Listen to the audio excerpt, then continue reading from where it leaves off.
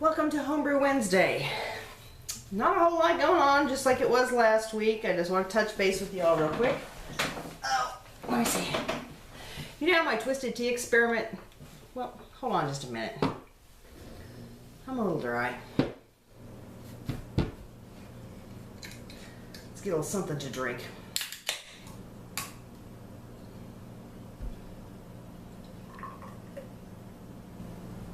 There we go. A delicious, refreshing cold 45.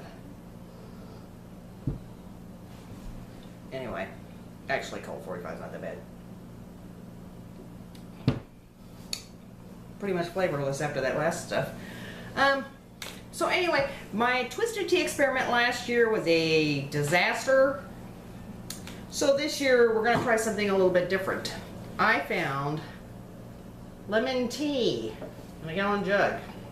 So I'm going to put that in my little gallon jug fermenter and probably add a little bit of sugar to that to up the alcohol level because I don't know what it's going to read normally. So we're going to do that. We're going to try that again. Thought maybe if I start with a normal base of like nothing but tea and lemon, maybe it'll turn out better. Also, if I can get this flashlight to work worth the crap.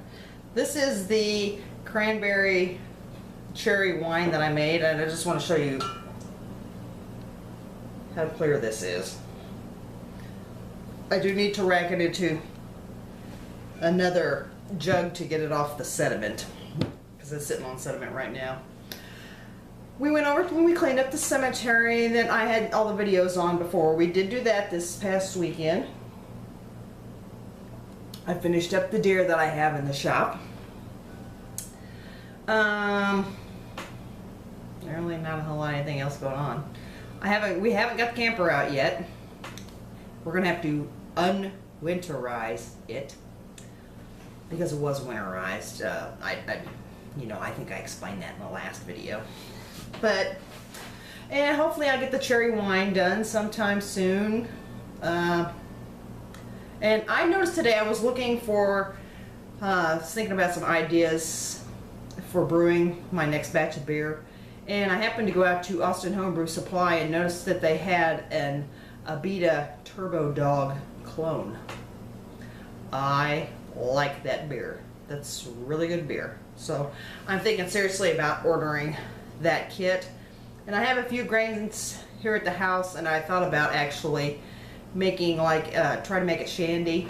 See if I can pull that one off. I'm not sure. So I might make that too and stuff. I've really pretty much gotten into the darker beers. I really like those and stuff. I just like a really full flavored beer. But in the summertime, something a little lighter is nice.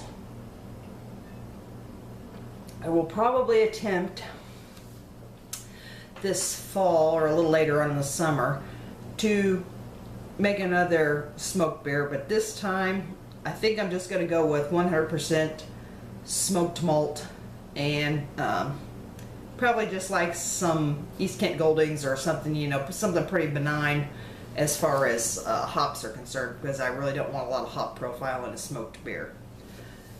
I wish I had more to talk about, guys, but I really don't. We've been barbecuing, had some bratwursts and some hot dogs the other night. My son and his wife came over and had a nice barbecue. Then we went for a scooter ride. Maybe I'll do one of those crazy ass psychedelic scooter things that I did once before. Oh, and then one of the buildings downtown is falling apart. I'm not sure if I put a picture of that, but I'll do that as well. I'm just kind of trying to throw a bunch of crap in here, folks, because I really don't have nothing to talk about. So I'll try to entertain you as best I can. I'll probably film this real quick as far as the tea is concerned. I haven't even tried this tea. I don't even know what it tastes like. It may be really nasty. But I figured, how can you go wrong making twisted tea out of this? So we're going to try that, see how it works. Okay, I'm going to put the tea in the jug. Oh, except for a little bit of it.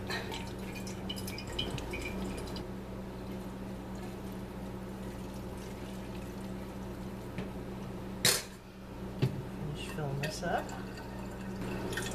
Maybe I'll drink the rest of this, see what it tastes like. pretty lemony.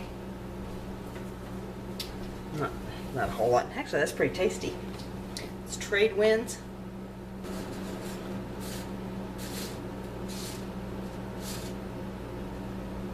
.032.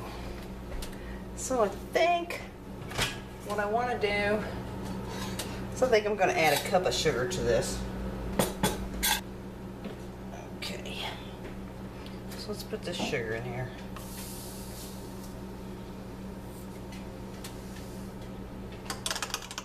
And I'm probably just going to use a US-05 on this.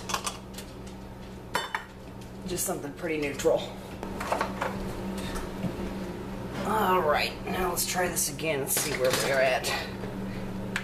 About 1.050 on that. So that's good enough. Like I said, this is just a gigantic experiment anyway. So let's pour this in here. Now let's get some US-05 yeast that I have.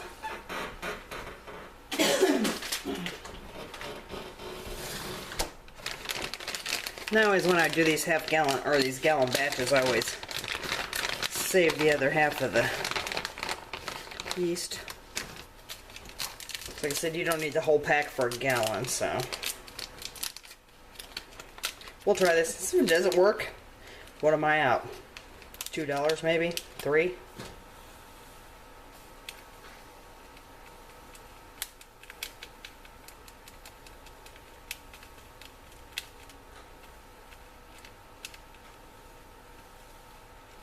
That's probably good. I got enough there for another gallon. So anyway, we'll put the airlock on this and we'll see how it works. And then we will come back and revisit this, folks. And here we have our wine. You can see that's really clear. I did rack this off. This is this is actually the tertiary. This is the third time that this, or second time actually, that this has been racked. So some of the wine conditioner sweetener.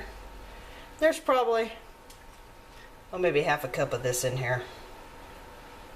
With the cranberry, it is pretty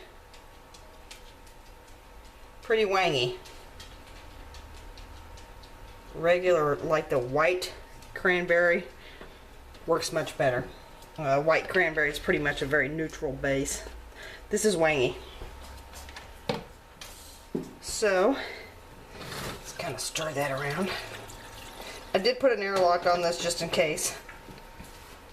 It shouldn't ferment anymore and stuff, but anyway, we'll see how this goes. Hey, check this shit out.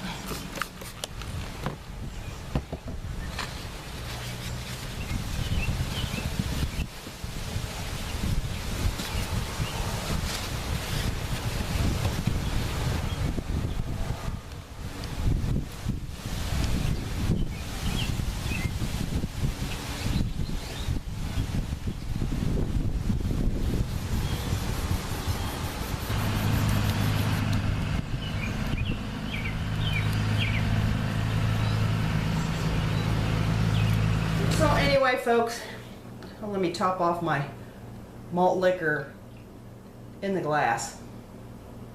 Oh, and I want to do a special shout out to the malt liquor drinkers who make the videos.